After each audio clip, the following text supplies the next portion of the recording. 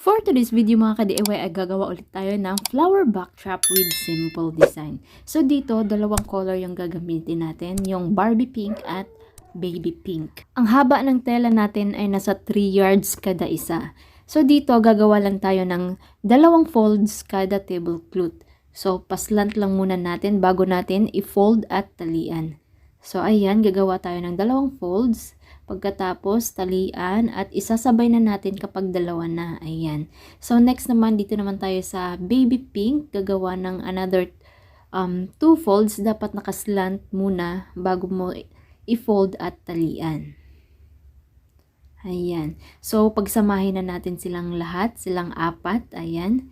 So, dito, ibubuka natin. Bago natin ibuka, so, i-alternate natin yung color niya. Ayan.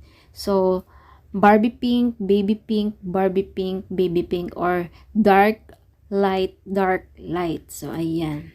So, up and down, up and down. So, ibubuka na natin sila. Ayan.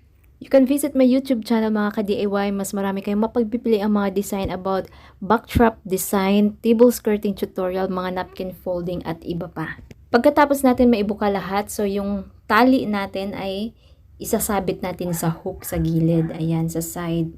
So, nagdikit tayo ng hook dyan para may pagsabitan natin sa side. Ayan. So, ito na yung final look ng ating alternate color. Up and down. Ayan.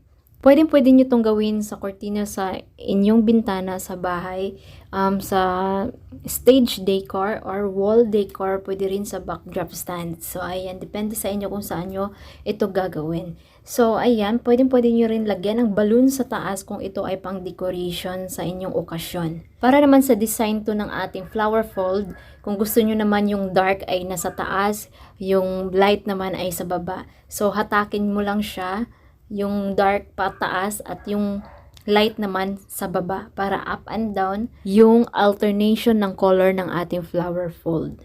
So, ayan. Meron kayong mga katanungan, mga ka-DIY, request at suggestion, i-comment nyo lang dyan sa ating description or comment box para masagot natin at magawa natin ng video tutorial. Para sa design number 3 natin, so i-twist lang natin yung ating mga folds para naka-straight line silang lahat. Ayan, para maka-align sila sa ating colors. Ayan. So, yung kanina ay pahiga, ngayon naman ay nakatayo yung ating mga folds. So, ayan. Ganito ang itsura niya kapag plain lang sila. Ayan, napakaganda tignan guys. At napakasimple. So, kung gusto nyo naman pang okasyon nyo gamitin, so dadagdagan nyo lang ng mga decoration or design sa taas, like balloons. Kung wala kayong balloons, pwede mga artificial flower. So, dito naglagay ako ng dry foam gamit ko. Ayan. So, nag-DIY lang ako ng dry foam. Ayan. So, mapapanood nyo yung sa nauna nating video. At ayan, nagtutusok-tusok na tayo ng ating mga artificial sa ating dry foam. So, dito, nilagay ko na lang muna yung mga bulaklak sa ating dry foam. So, pwede rin naman ikabit mo muna yung dry foam mo bago lagyan ng mga bulaklak. So, dito ay nilagyan ko muna ang aking dry foam ng mga bulaklak bago ko siya ikabit. Mixed flower yung nilagay ko, mga kulay pink lahat. Ayan. So, kung wala naman kayong mga artificial flower, pwede nyo ilagay yung mga balloons sa taas. Ayan. So, dito, dahil meron ako mga artificial flower para magamit ko siya. So, ayan. Nilagyan ko rin siya ng mga butterfly. Ayan. Kung wala naman kayong mga artificial flower, pwede rin yung artificial leaves ang ilalagay nyo sa ating dry foam.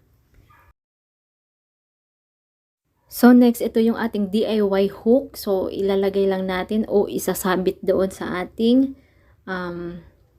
sinabitan ng ating mga tablecloth. Ayan. So, isasabit mo lang dyan at isasabit natin yung ating ginawang floral sa ating dry foam. Ayan, isasabit mo lang yung dry foam doon sa ating hook. O, napakadali lang siyang ikabit mga guys.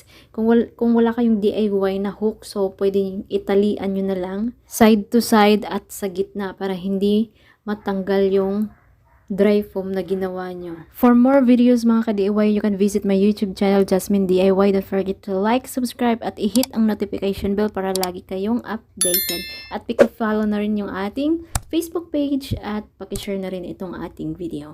So, ito na yung final look ng ating flower backdrop with floral sa taas or flower arrange decoration sa taas on top. Ayan. So, kung pang ano naman to, pang okasyon nyo gamitin, so pwede nyo na lagyan ng mga lettering sa gitna, katulad dito sa ginawa natin, sample lang to, Jocelyn's christening, kung pang binyag naman. Kung pang birthday naman, pwede nyo lagyan happy birthday or pangalan bago birthday. Kung sa kasal naman, pwede Mr. and Mrs. Kung sa ano naman, baby shower, pwede boy and girl. Ayan. So, depende sa inyo kung ano ilalagay nyo mga letterings dyan sa center. Ayan. So, follow for more at paki-subscribe na rin yung ating YouTube channel. Don't forget to share this video para mas marami makanood, matuto at magkaroon ng ideas. Maraming salamat, ingat, and God bless everyone.